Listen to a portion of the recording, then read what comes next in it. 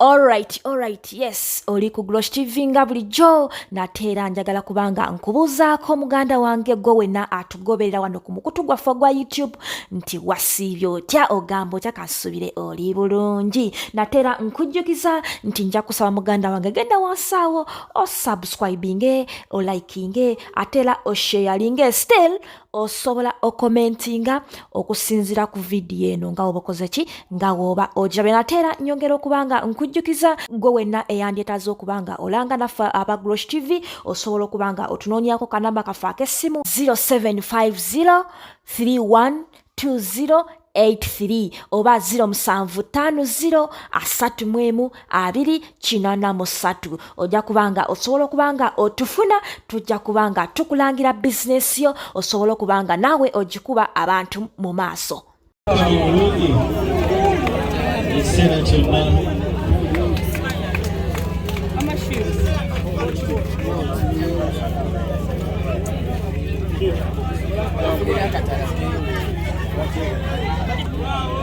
Ibirango byanjye bigana kubona bitono ninakeneye ogamba muganda wange nti nange mubanga ekyaliawala nafirwako kitange era nsobola okugezaako okutegeera obumiwaitemu essaawa zino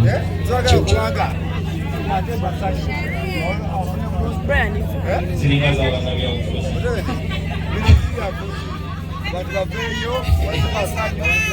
Anyway, kyengera ogamba fiiki nti bibaawo waliwo akaseera woolina okukkiriza nti ekyo kituuse tokyalina kyakikolera nosigala nga olina kuba bukumi nga kusaba Mukama asobole ogezaako okuba nga akuwagaza mulamu ensi eno. Essaawa zino kabulaza kati okuze manyi ku nsi abasajja bamaama be batukuza ekyejo era maama wo aba avudde mulamu ensi eno olwotandise omusajja kulayira kati okuza ofuukidde ddala ki omusajja era nkiwa abasikire kati ebirowoozo byebaagala okuwulira ebikuvaamu beetaaga bamanye nti ebirowoozo biri productive baagala kulaba maama wo bwe yakukuza. So n'olwekyo nze kyenkusaba muganda wange gumira ddala Mukama bwatyo bwakoze eki. So mabwe bagambye sigenda na kwogera bingi mpozi n'okwebaza we bali kwagira Manchester United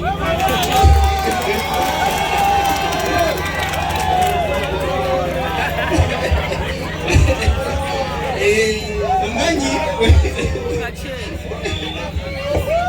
tokiddanga bambi ndi munaku mpitirivu naye ate ekyo tekinfuula wamaani nsi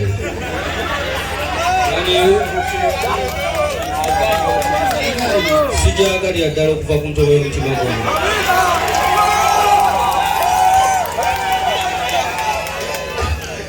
Kale nze kimewunyisa ndi ne mu mbeera eno osigala oli kaceere.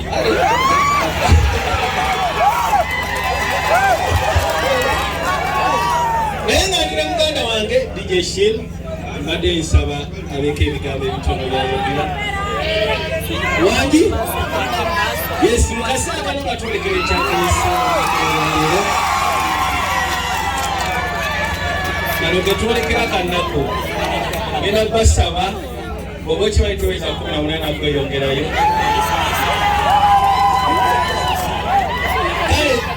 kale mwebale nnyo mwebali eddala kujja kuno fiiki kiwa essanyu bannange oyinza okubeera eyo ng'okola byokola naye nga tomanyi nti abantu basobola okwagala okutuuka ku ssalino kano ke kaseera kosobola okulamu abantu nti bakwagala enjagala ne bajja ne batula wano mu mbeera yonna mu mpewo naye nga bwe bali ku lwaki olwo. So mwebale nnyo mwebalidde era ninabasangawo mpozi n'abakwata akantu kale kankadize esimu ya kaceere ogereko gye muli.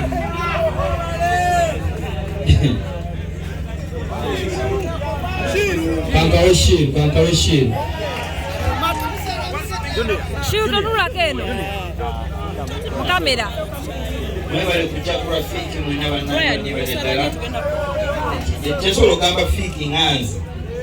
Maama wange yanvaako ne taata bonna sibalina. Naye okunyolwa kyensobola okugamba kwa lubeerera toyagala kugamba nti obulumi bugenda kuba twalamanyi bulumi bwokola ki bwolina bwomanyi obulumi bwokola ki era nze musala obona olwokukaaba nukuba oli mu kisenge kyokaaba nga bwoyagala yes tekigenda kugwawo kati oba nkya naye just manya nti Allah bwaki yatuwa tyakola ki soka muganda wange nyuma tuvudde wala naye akaseera akazibu akamaama kyokka kyemusibirira taata ale jajja shu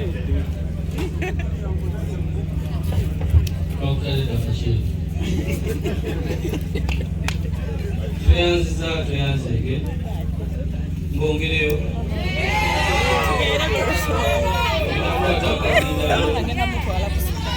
aweseri natwekugamba obubiri awenakandaku namasaka sembe omwami w'omulutonde omusuuka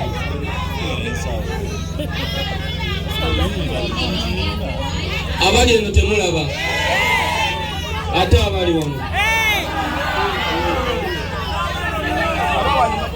abawano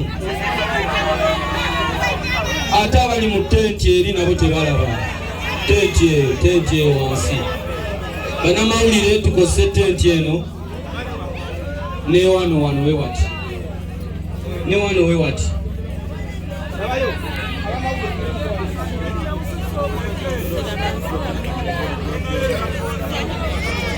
boyinakoye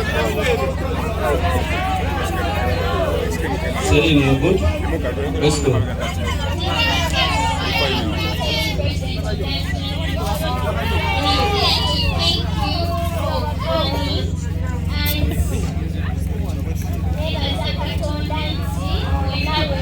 How are you good?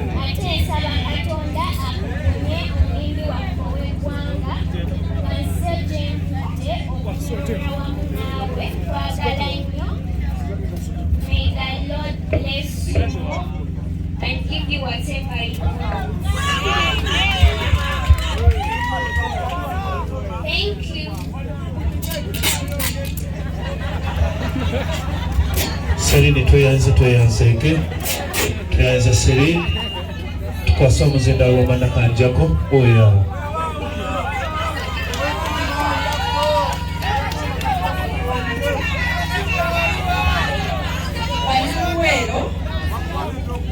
bannange nyoleddwa wamu nammwe bitalo nnyo ebya mami waffe omwami wange waali nyina bangi webali wano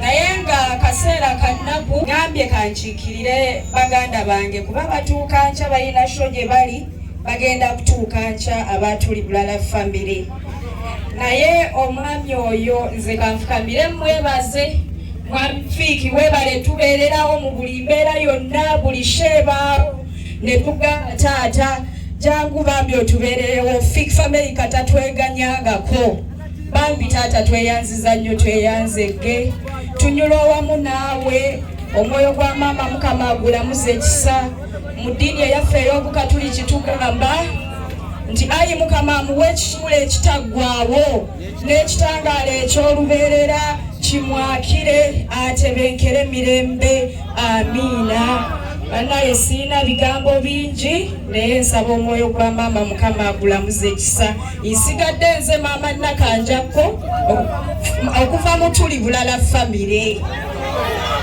tweyanziza maama Nakanjako ate nga wokwasa munnamasaka atuwozeeko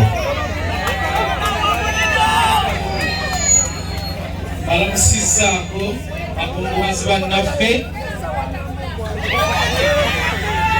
amannya yenze Masaka Bebira omusajja atali yekka era nga nkiikiridde abantu b'e Masaka muganda wange oyo Fiiki nga nze omuntu